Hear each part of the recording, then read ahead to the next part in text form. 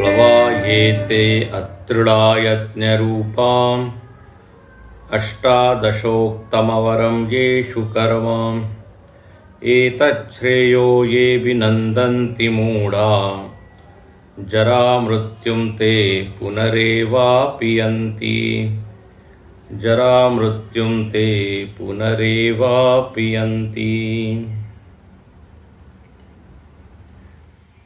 श्रुति माता इस मंत्र में कर्माश्रित लोगों को सावधान करती है और कहती है कि जिन्होंने कर्म को ही परम कल्याण का साधन माना, बोले वो जरा विचार करें,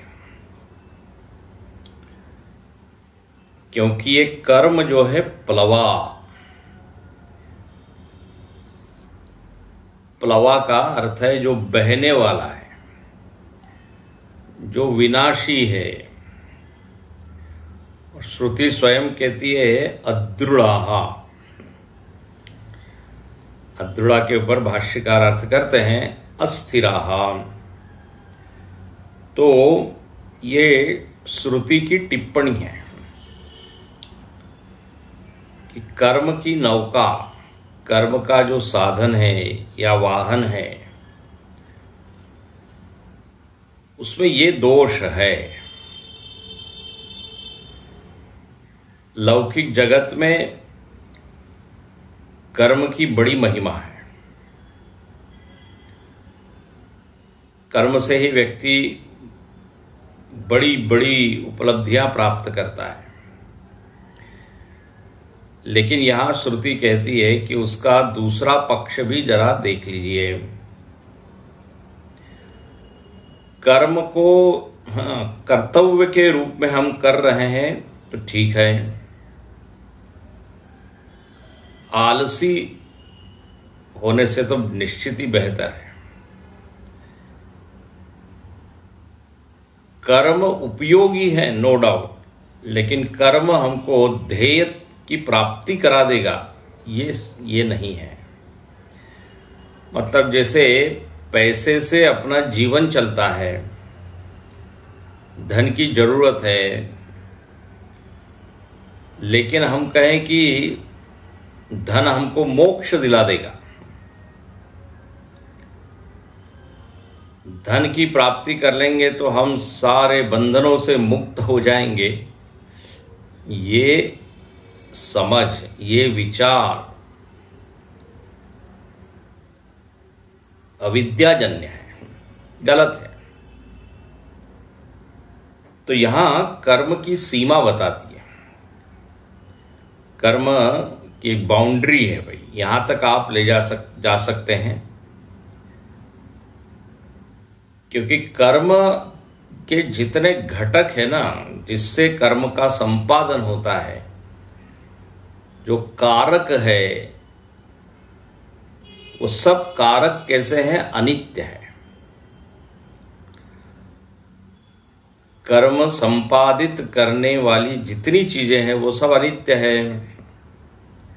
तो साधन अनित्य, साधन से सिद्ध होने वाला कर्म अनित्य, तो निश्चित ही जो फल आएगा वो भी कैसा है? अनित्य। रमण महर्षि इसलिए उपदेश सार में कहते हैं कृति महो दधौ पतन कारणम फलम अशाश्वतम गति निरोधकम। कर्म के महासागर में लोग डूब जाते हैं, कर्म जंजाल में फंस जाते हैं। वो मिलता क्या है उनको? फल तो मिलता है, लेकिन वो फल कोई स्थायी नहीं होता।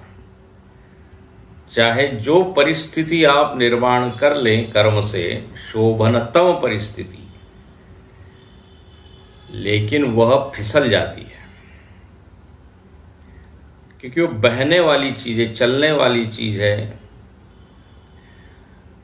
तो उसके भरोसे हम निश्चिंत हो जाएं, उसके ऊपर टिक कर बोले ये जो मानने वाले लोग हैं, श्रुति थोड़ा कठोर बोल देती है, बोले मूढ़ा अविवेकिना, जो इसी को कल्याणकारी मान लेती है। देखो कर्म तो करना ही है, कर्म के बिना जीवन नहीं चल सकता, लेकिन यच्छ्रेय एतत् श्रेय यो अभिनंदन्ति,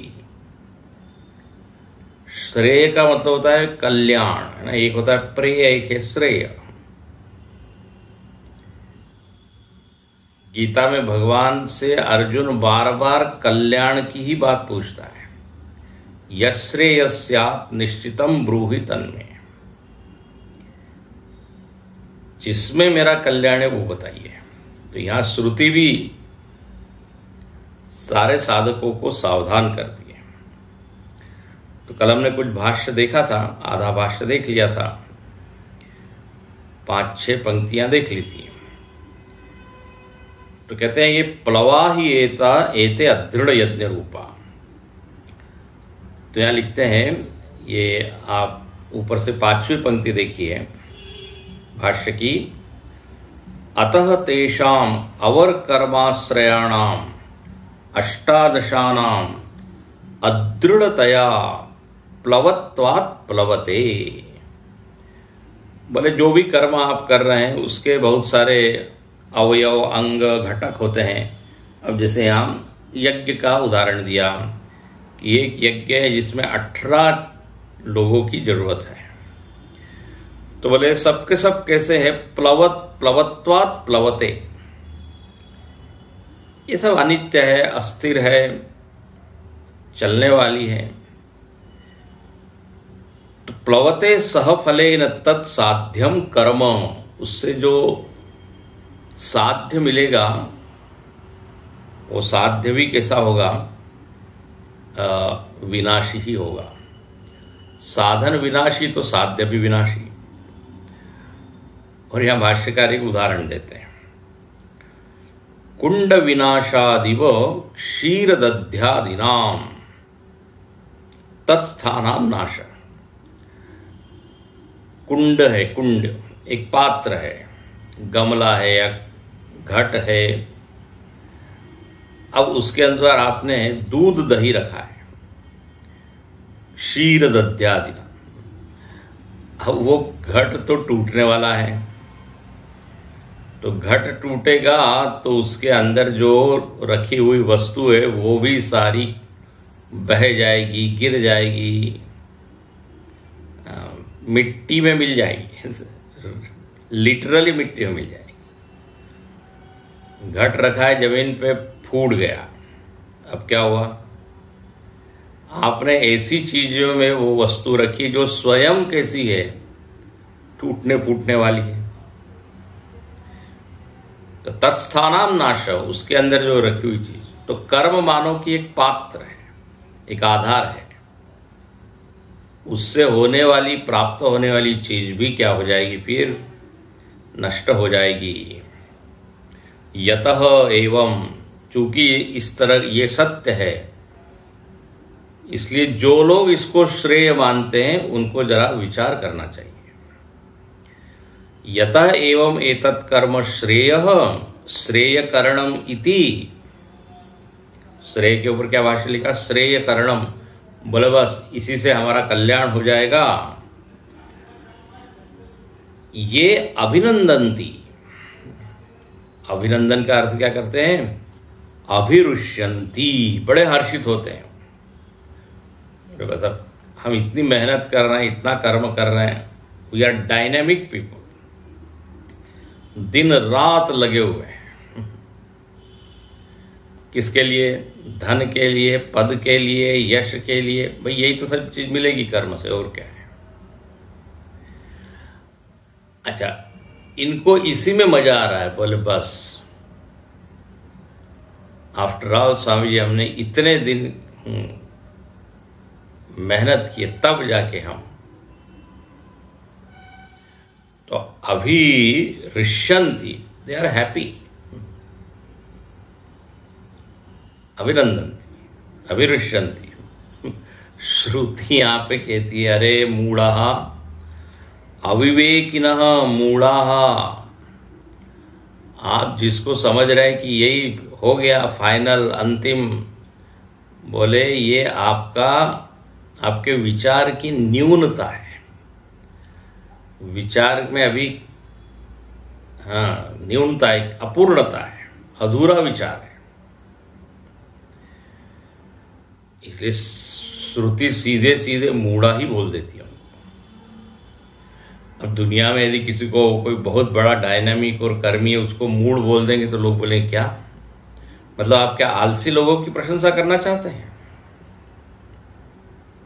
भाई इतने कर्म करने वालों की आप यदि निंदा कर रहे हैं, इसका मतलब आप आलसी लोगों को पसंद करते हो। बोले ऐसा नहीं, आलस की तो कभी भी किसी ने स्तुति नहीं की, लेकिन कर्म की भी यहां निंदा थोड़ी सी कर रही है। निंदा का स्वर है केवल सावधान करने के लिए कि इससे आगे भी चीजें हैं, आप अल्प संतोषी मत होइए।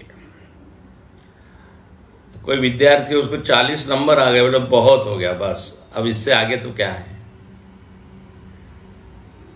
गुरुदेव कहा करते थे, अपने जीवन का लक्ष्य इतना ऊंचा रखो कि जिसको आप पा भी ना सको।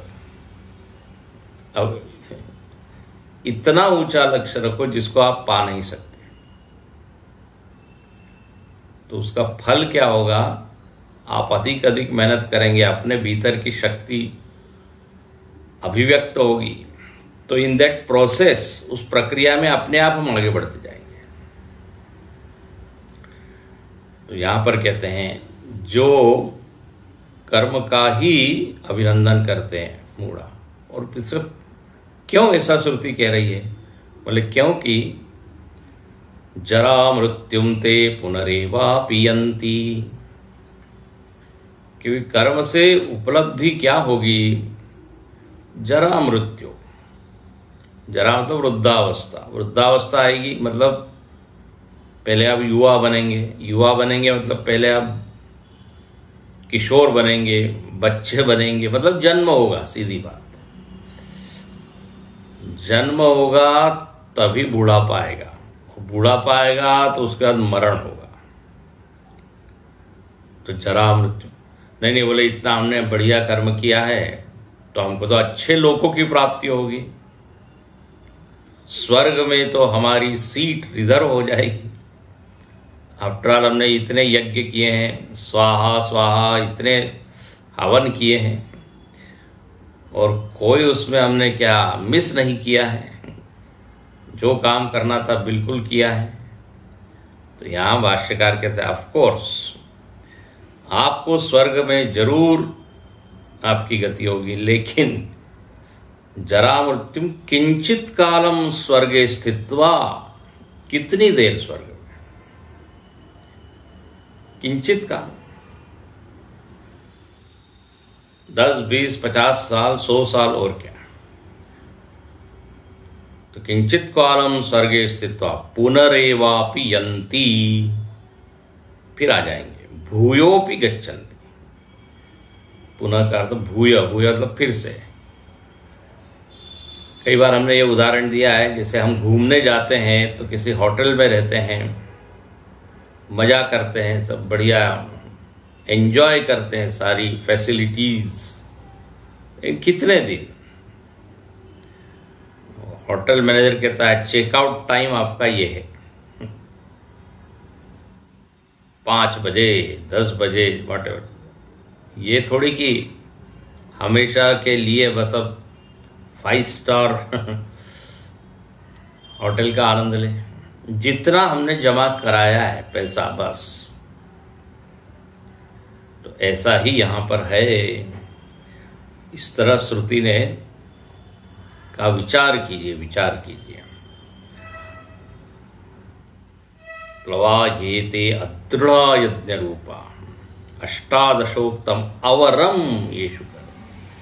अवरम ये सबसे अंतिम चीज नहीं है, निकृष्ट है। अच्छा, अब जो श्रुति ने तो अपना मत बता दिया, लेकिन जो लोग इस तरह के हैं, जो कर्म को और संसार की उपलब्धियों को ही श्रेष्ठ मानते हैं, उनका अपने बारे में क्या मत है?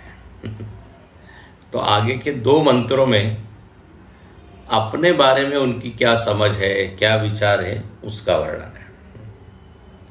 सुनते हैं। अविद्यायाम अंतरे वर्तमानाः स्वयं धीरा पंडितं मन्यमानाः जंघन्यमाना पर्यन्ति मूढ़ा अंधेनैव नीयमाना यथान्धा।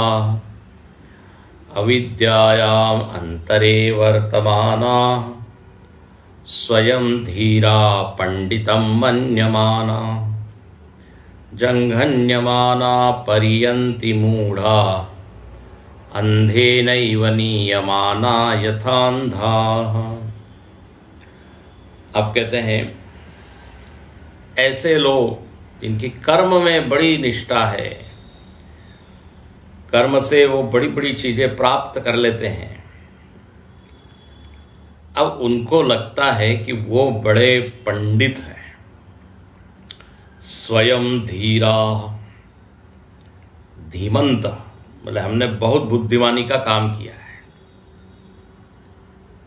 कर्माश्रित लोग, हाँ, उनको लगता है कि हम बहुत बड़े हैं, पंडित है, विद्वान है, बहुत बुद्धिमान, होशियार, समझदार है। अच्छा, पंडितम मन्यमाना। बाकी लोगों को बेचारे समझते हैं। अरे बोले ये साधु वगैरह बेकार, ये क्या बैठे रहते हैं, हम डायनामिक है, होना चाहिए, कुछ करना चाहिए। तो एक समाज में एक इंटेलेक्चुअल क्लास होता है ना, जगत में, हाँ, उनका मान सम्मान होता है समाज में, उनको पुरस्कार भी मिलते हैं। तो उनकी स्वयं के बारे में धारणा ये है, स्वयं धीरा पंडिता। ये लोग जो है ना, स्वयं ही अपने आप को पंडित कहते हैं। वो कहते हैं ना, वो एक होता है स्वयंभू कमांडर। ये जो दशहत गर्द वाले आतंकवादी स्वयंभू कमांडर, बोले इस एरिया का मैं कमांडर। मैं किसने अपॉइंट किया? बोले खुद से ही। तो स्वयं अपने आप को पंडित मानते हैं और उनको लगता है कि अब इससे आगे और कोई चीज नहीं, इतनी सारी विद्याएं हमारे पास है। डेफिनेटली वो कोई निरक्षर नहीं है, अशिक्षित नहीं है। यूनिवर्सिटी के जितने डिसिप्लिन से विषय है वो सब उन्होंने हस्तगत किए, प्राप्त किया है, विद्वान है। लेकिन वो सारी विद्वत्ता जगत से संबंधित है, या उसको कहिए जीविका संबंधी विद्या उनके पास है। जीविका, जिससे जीविका चले, और अपने उस विषय में वो एक्सपर्ट है, बड़े कुशल है, उस विषय के अच्छे ज्ञाता है। कोई कानूनविद है, कोई अर्थशास्त्री है, कोई वैज्ञानिक है, कोई या वकील है, कोई मेडिकल साइंस को बहुत बढ़िया से जानता है। तो ये सब होना बहुत अच्छी बात है, उसमें कोई दो राय नहीं है। लेकिन उसको ही श्रेष्ठ मान लेना और बाकी ज्ञान इत्यादि के प्रति हीन भावना रखना, तिरस्कार करना, कम आंकना उसको, और स्वयं को बड़ा मानना, बोले ये श्रुति कहती है मूढ़ाधिराज, मूर्खाधिराज। अपने आप को पंडित, आप शास्त्र के आईने में देखिए, शास्त्र ऐसे लोगों के बारे में क्या कहता है, खुद से ही अपना बना लिया है। अच्छा, एक और बात होती है, एक तो स्वयं अपने आप को बड़ा मान रहे हैं, पंडित मान रहे हैं। दूसरा क्या होता है, समाज के लोग भी इसमें और मदद कर देते हैं। अरे आप जानते नहीं, वो बहुत बड़े व्यक्ति हैं, उनकी तारीफ लोग करते रहते हैं, तो इनमें वो अभिमान थोड़ा और बढ़ जाता है। बोले अरे पूरी दुनिया हमको मानती है। तो स्वयं धीरा, हाँ स्वयं तो मानते ही है, लोग भी जो है कई बार स्तुति, प्रशंसा इत्यादि करके एक डिग्री और बढ़ा देते हैं उनका। इसलिए वो संस्कृत में सुभाषितकारों ने, भर्तृहरि जी ने एक श्लोक लिखा है, यस्यास्ति वित्तस्य नरः कुलीनः। बोले जिसके पास बहुत पैसा है, समृद्ध है, उसने ठीक है प्रयत्न किया, मेहनत की और बड़ा पैसा कमाया, अब वो धनी लोगों के श्रेणी में आ गया। अब उसको भी लगता है मैंने काफी कुछ कमाया है, बड़प्पन का एक भाव आता है। बोले समाज के लोग भी उसी को मानने लगते हैं। यस्यास्ति वित्तस्य नरः कुलीनः सपंडित, और उसको कहते हैं सश्रुतवान सगुणज्ञ। बोले महाराज ये कविता बड़ा अच्छा जानते हैं, संगीत के जानकार है, वो सर्वज्ञ हो जाते हैं। और स एव वक्ता सच दर्शनीय। किसी कार्यक्रम में आप देखते हैं उन्हीं को वक्ता के रूप में बुलाया जाता है, हालांकि उनको भाषण बिल्कुल नहीं आता। सर्वे गुणा कांचनमाश्रयन्ते। बोले उनके पास कांचन है, धन है, पैसा है, इंडस्ट्रियलिस्ट है, बड़े डायनामिक है, तो फिर उनको लोग सर्वज्ञ मान लेते हैं। संगीत का कार्यक्रम होगा तो भी उनको पहली पंक्ति में बिठाया जाएगा, बोले आइए आइए बेटी। मजेदार बात है, उनको सारे गम कुछ भी पता नहीं। गुरु जी कहते हैं असुर है, असुर मतलब सुर के ज्ञाता नहीं है, लेकिन अब धन है तो उनकी तो ख्याति है कि भाई हाँ हम कोई कम थोड़ी है। हो सकता है जो असली रसिक हो उसको बेचारे को पीछे बिठाया जाए या उसको टिकट भी ना मिले। जो असली जानकार है, चूंकि उसके पास पैसा नहीं है, चूंकि उसकी कोई ख्याति नहीं है, तो he will not be considered as a great person. लेकिन इसके पास है तो सगुणवान सच एवं दर्शनीय। हाँ बोले आज हम वो व्यक्ति वहां आए थे, आज हमने देखा, उनका नाम बहुत सुना था, आज देखा। उसको ऐसा लगता है कि भगवान को देख लिया उसने। हाथ मिला के आया, उनसे फोटो खींचा है, उसको बड़ा फ्रेम वेम करके लोग लगा देते हैं। तो समाज में ऐसे लोगों की बड़ी पूछ होती है, लेकिन इनके पास एक्चुअली है क्या? उनके पास दो तीन चीजें हैं। विद्या है उनके पास, जीविका संबंधी विद्या है, अपने फील्ड में उन्होंने बड़ी प्रगति की है, और आलसी नहीं है, प्रमादी नहीं है, मेहनती है, धन है। तो इसमें गलत क्या है? तो सब अच्छी अच्छी चीजें, बिल्कुल गलत इसमें कुछ नहीं है। गलती केवल यही है कि इसको सबसे बड़ी समझदारी मान लेना, सबसे बड़ी बुद्धिमानी मान लेना, बस यही है। और उसके चलते अपने में एक अभिमान का भाव आना, हाँ एक बड़प्पन का भाव, बोले ये गलती है। और उसका परिणाम यहां श्रुति बताती है, जंघन्यमाना परियंति मूढ़ा। उसकी खूब पिटाई होती है, जंघन्यमाना। उनको एकदम कोई परमानंद मिल जाता है ऐसा नहीं होता। अभी भाष्य हम देखेंगे। भ्रमण करते रहते हैं वो, जंघन्यमाना परियंती भ्रमंती। और पहला वाक्य क्या लिखती है श्रुति? अविद्यायाम अंतरे वर्तमान। इनको भले ही लगता है कि वो बड़े विद्वान और पंडित और बुद्धिमान है, लेकिन श्रुति की नजर में ये अविद्या में ही रम रहे हैं, अविद्याग्रस्त है। बोले आप ऐसी निंदा क्यों कर रहे हैं? बोले बात ऐसी है, चाहे उसको अच्छा कानून आता हो, अच्छा वो डॉक्टर हो, इंजीनियर हो, लेकिन स्वयं के बारे में उसकी धारणा क्या है? कि वो एक मनुष्य है, करता है,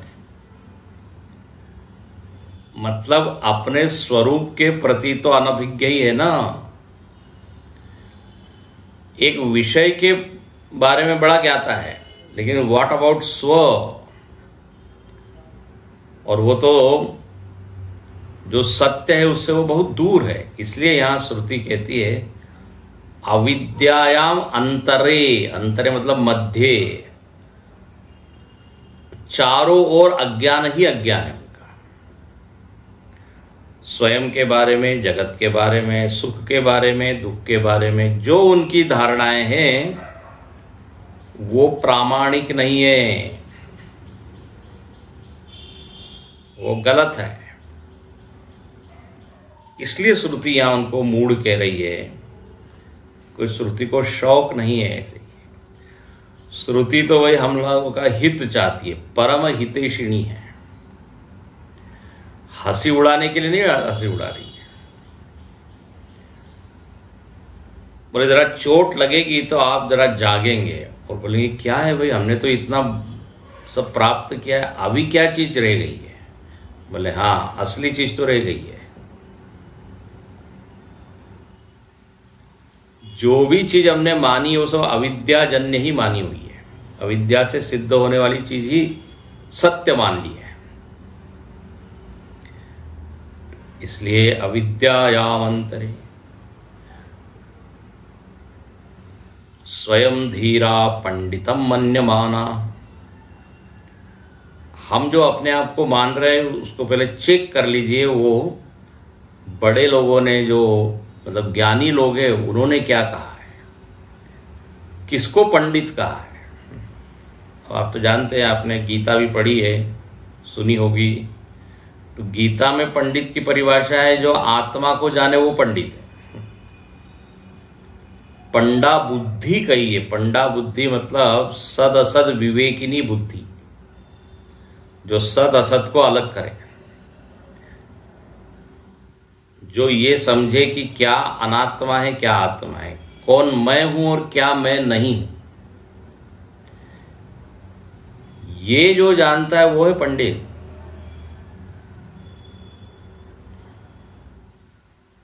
संगीत इत्यादि में पंडित का अर्थ अलग होता है, उस्ताद है ना, उसमें बड़े जो कुशल है, मास्टर, मैस्टरियो, बहुत कुशल है अपने कला में। यहां पे मजेदार बात है, खुद ही अपने आप को पंडित, अपने नेम प्लेट के आगे खुद ही लगा लिया है। तो स्वयं धीरा पंडितम मन्यमाना। अच्छा, और इनके सलाहकार कौन है? ये सलाह देते हैं, बोले बस यही ठीक है। तो अंधे नहीं वो नियमाना यथा अंधा। अंतिम टुकड़ा देखिए, एक अंधा दूसरे अंधे को क्या करे, बोले मैं रास्ता दिखाता हूं। एक के पास दृष्टि नहीं है और वो लोगों को कह रहा है हम आपको दिखाते हैं। तो जो लोग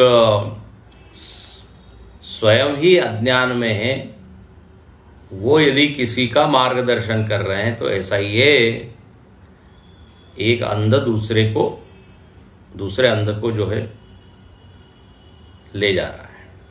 नियमान।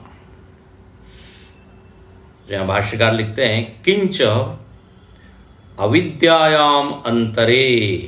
अंतरे का अर्थ क्या? मध्य, अविद्या के बीच में है ये, बिल्कुल फंसे हुए, चारों ओर अविद्या है। जैसे कोई पानी के बीच में फंस जाए तो आगे पीछे दाएं बाएं पानी पानी, ऐसे अविद्या ही अविद्या इनके आसपास है।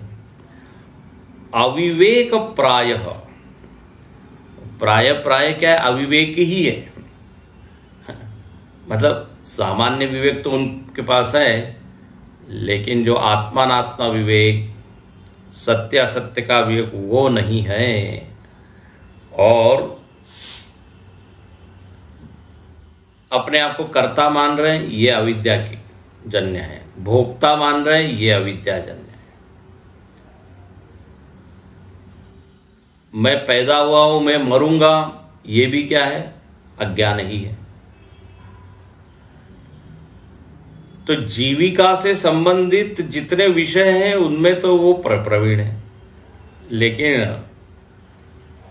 स्वयं के बारे में जो चीज जाननी चाहिए उसके बारे में ये मूढ़ है, इसलिए अविद्यायाम अंतर है। अच्छा, फिर लिखते हैं या टिप्पणीकार बड़ा अच्छा लिखते हैं, अविद्या शब्द अत्र तत्कार्य परः।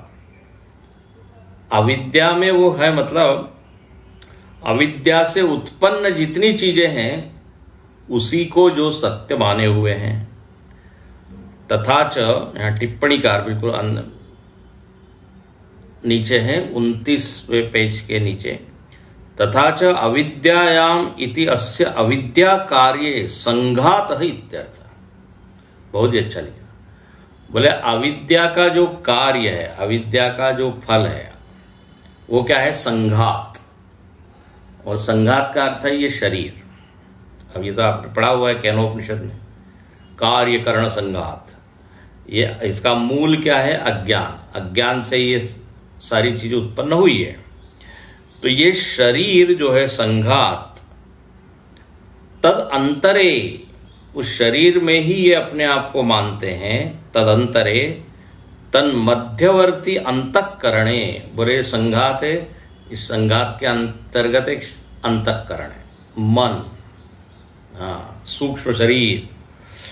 और अंतःकरणे वर्तमानाः तत्तादात्म्यापन्नः इत्यर्थ। बहुत सुंदर। बोले ये जो अंतःकरण है, इसी से इनका तादात्म्य है। तो पहला तो है शरीर, शरीर में है मन या अंतःकरण, और उस अंतःकरण को ही मैं माना हुआ है। मतलब कार्यकरण संघात में इनकी अहम बुद्धि, आत्म बुद्धि।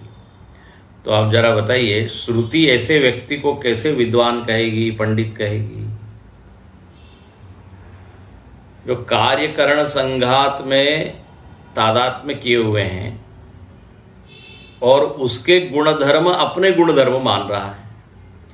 अब वो चाहे पीएचडी उसने किया हो, चाहे आईएएस आईपीएस हो, चाहे शहर का बड़ा डॉक्टर हो, इंजीनियर हो, नेता हो, श्रुति की नजर में बोले ये अभी थोड़े अविवेकी है। जहां विवेक का उपयोग करना चाहिए वहां नहीं किया। तो इसलिए अविद्यायाम अंतरे वर्तमाना, वर्तमाना का अर्थ प्रेजेंट टेंस नहीं है।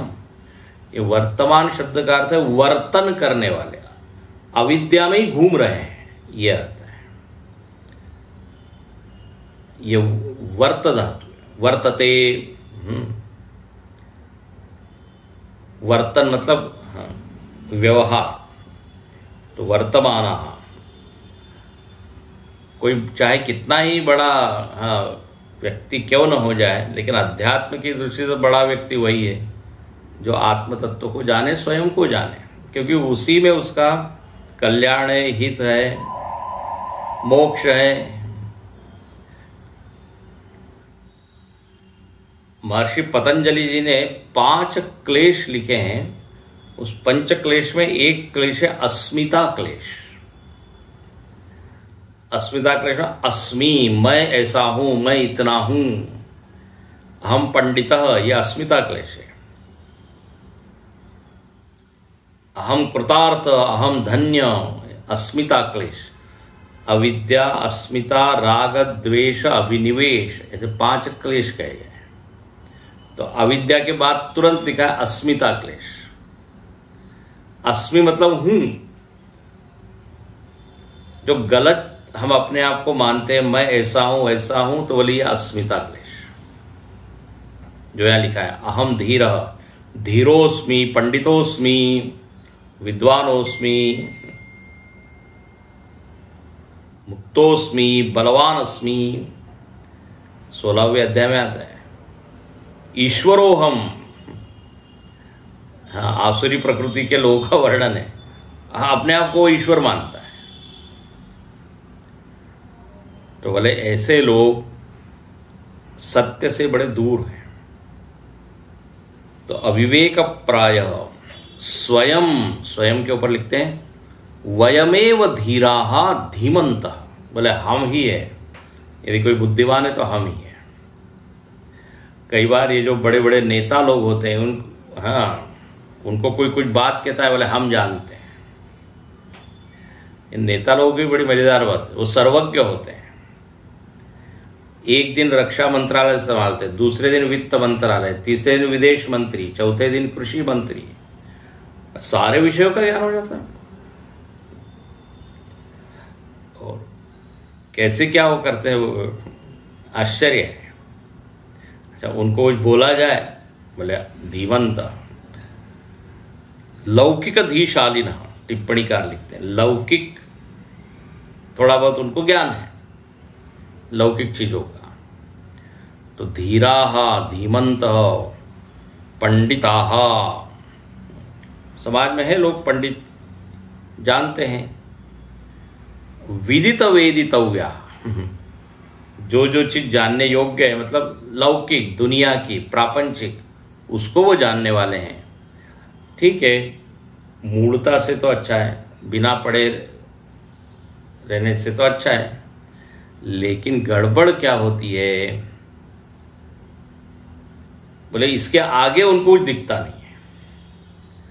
मन्यमाना, बस यही ये मानते हैं कि हमने मंजिल हासिल कर ली, ध्येय प्राप्त कर लिया।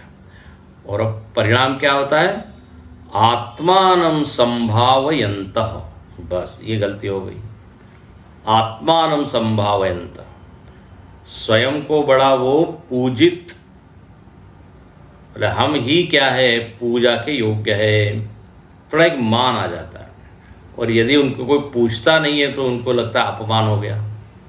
मतलब स्वयं ही उन्होंने ये मान लिया है कि हम तो जहां भी जाएंगे हमारा तो स्वागत सत्कार होना ही है, पूर्ण कुंभ से, माला से।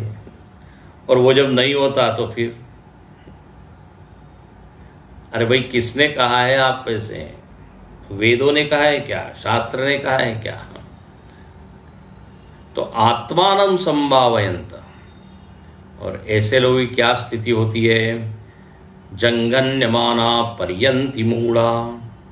तो भाष्यकार लिखते हैं जंगन्यमाना मतलब जरा रोगादि अनेक अनर्थ व्राते ही हन्यमाना।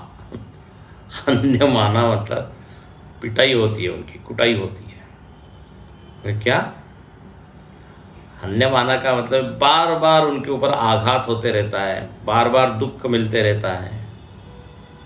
बोले कैसे, किसके द्वारा, तो लिखते हैं व्रात ही। व्रात का अर्थ वैसे होता है तूफान, आंधी, यह अर्थ होता है। तो बोले क्या तूफान है भाई, क्या आंधी है, तो कहते हैं जरा रोगादि अनेक अनर्थ व्राते, बार बार जन्म लो, बार बार वृद्धावस्था, बार बार रोग, फिर बार बार मरण।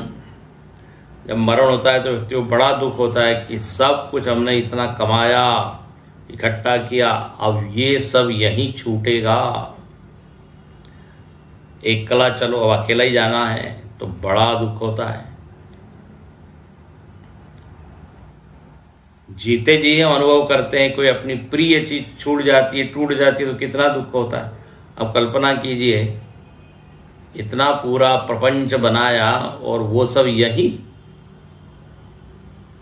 संग चले न ढेला, लई लंगोटी तो ऐसी स्थिति में तो बड़ा उसको पीड़ा होती है। उसी को यहाँ लिखते हैं हन्यमाना। अभिप्राय क्या है, बार बार उन्हीं कष्टों में से गुजरना पड़ता है। नहीं बोले इतने हम क्या कहते हैं विद्वान हुए, तो बोले क्या हुआ, जिसके द्वारा मुक्ति मिलती है वो तो विद्या नहीं रही ना, वो तो छूट गई आपसे।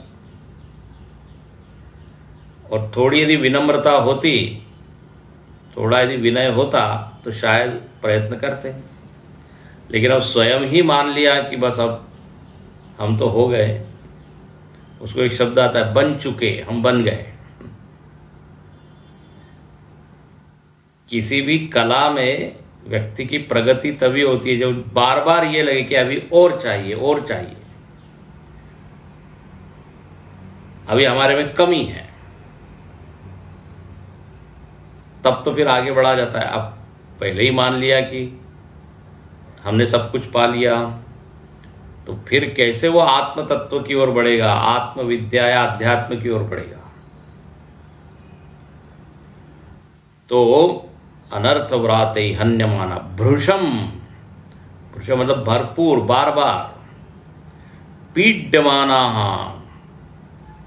अब देखो जन्म कोई बहुत ज्यादा सुखदायी चीज तो है नहीं, मालूम नहीं क्या क्या कष्ट आते रहते हैं, बीच बीच में थोड़ा सुख मिलते रहता है।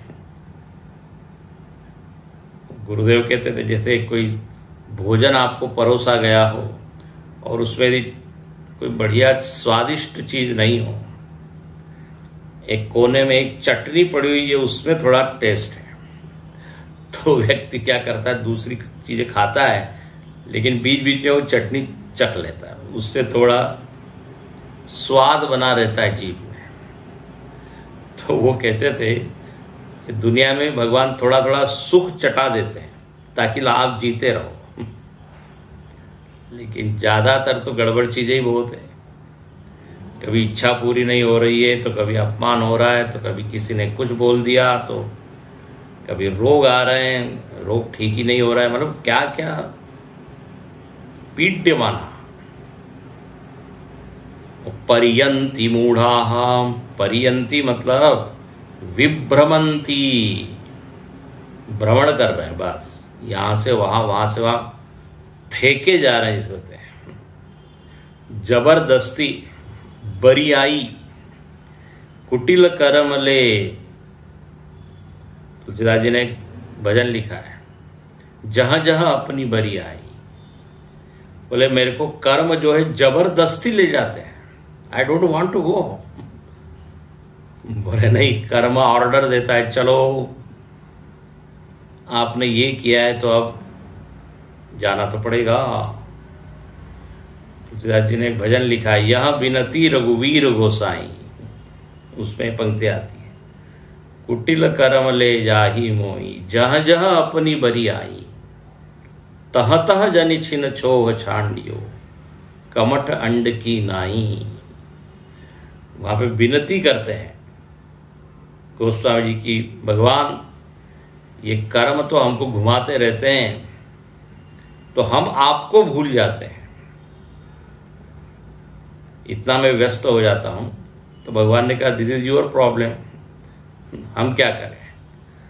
तो बोले मैं तो आपको भूल जाता हूं, लेकिन आप हमको न भूलें, आप हमको वहां से निकाले, यह विनती।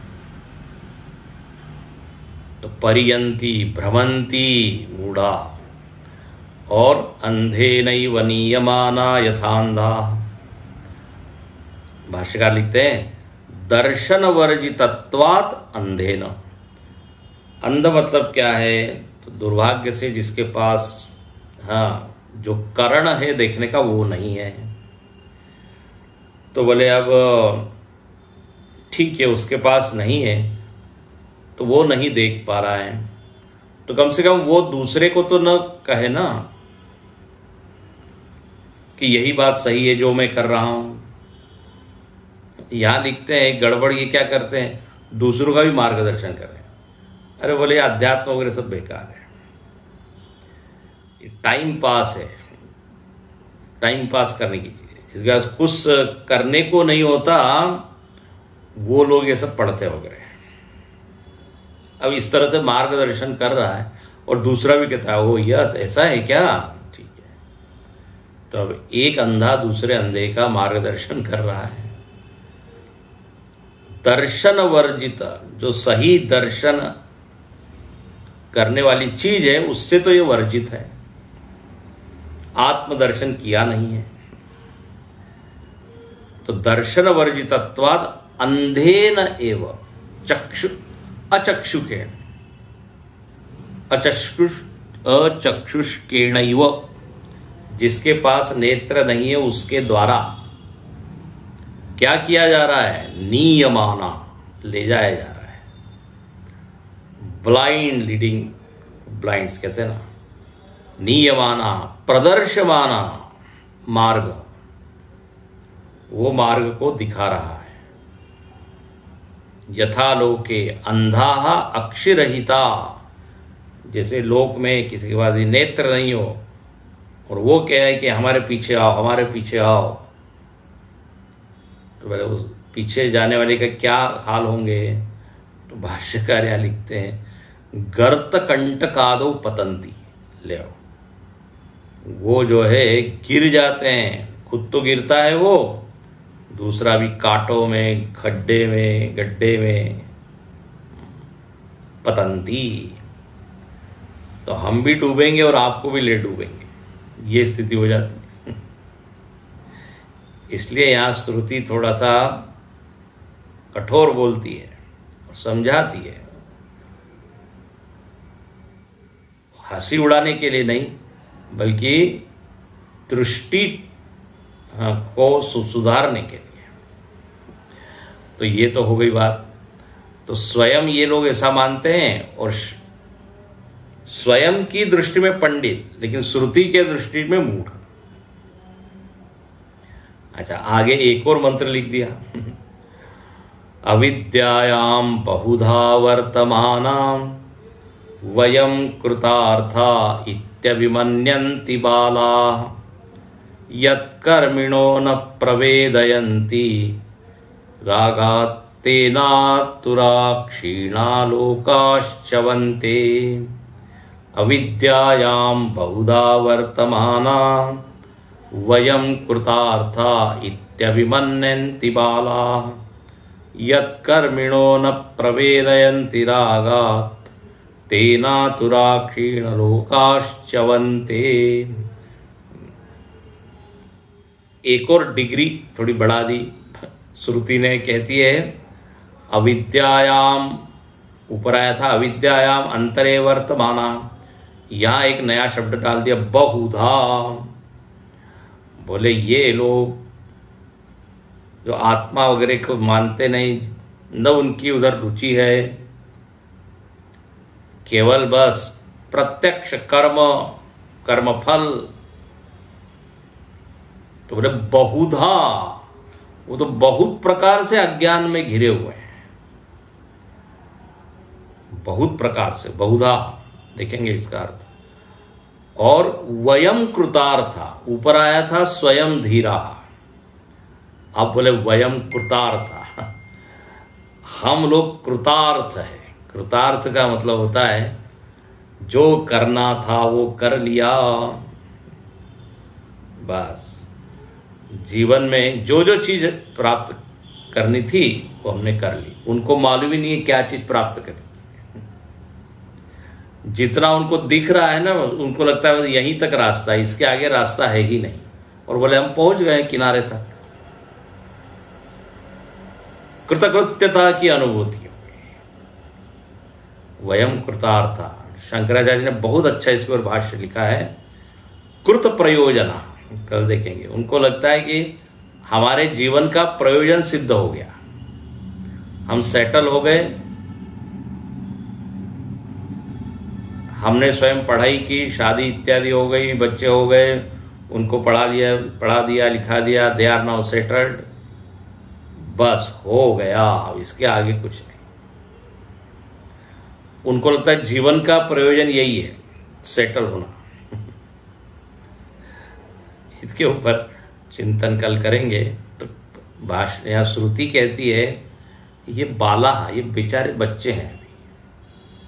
अरे जो अपने आप को इतने में ही धन्य मान रहे हैं, बोले इत्यभिमन्यन्ति कृतार्थाः ते बालाः, अभी थोड़े छोटे बच्चे हैं, इनमें मैच्योरिटी आई नहीं। बाला मतलब क्या है? बौद्धिक रूप से अभी ये अपरिपक्व है। ले यत् कर्मिण न प्रवेदयन्ति रागात्, ये कर्मी लोग फंसे रहते हैं और चवन्ते, बार बार गिरते हैं। आतुराहा, बड़े व्याकुल आकुल होते हैं, क्योंकि जो जानने वाली चीजें उससे ये वंचित रह गए। तो इस तरह यहां पर श्रुति ने फिर से कर्माश्रित लोगों के ऊपर थोड़ी चोट की है ताकि आप आगे बढ़ें, इसलिए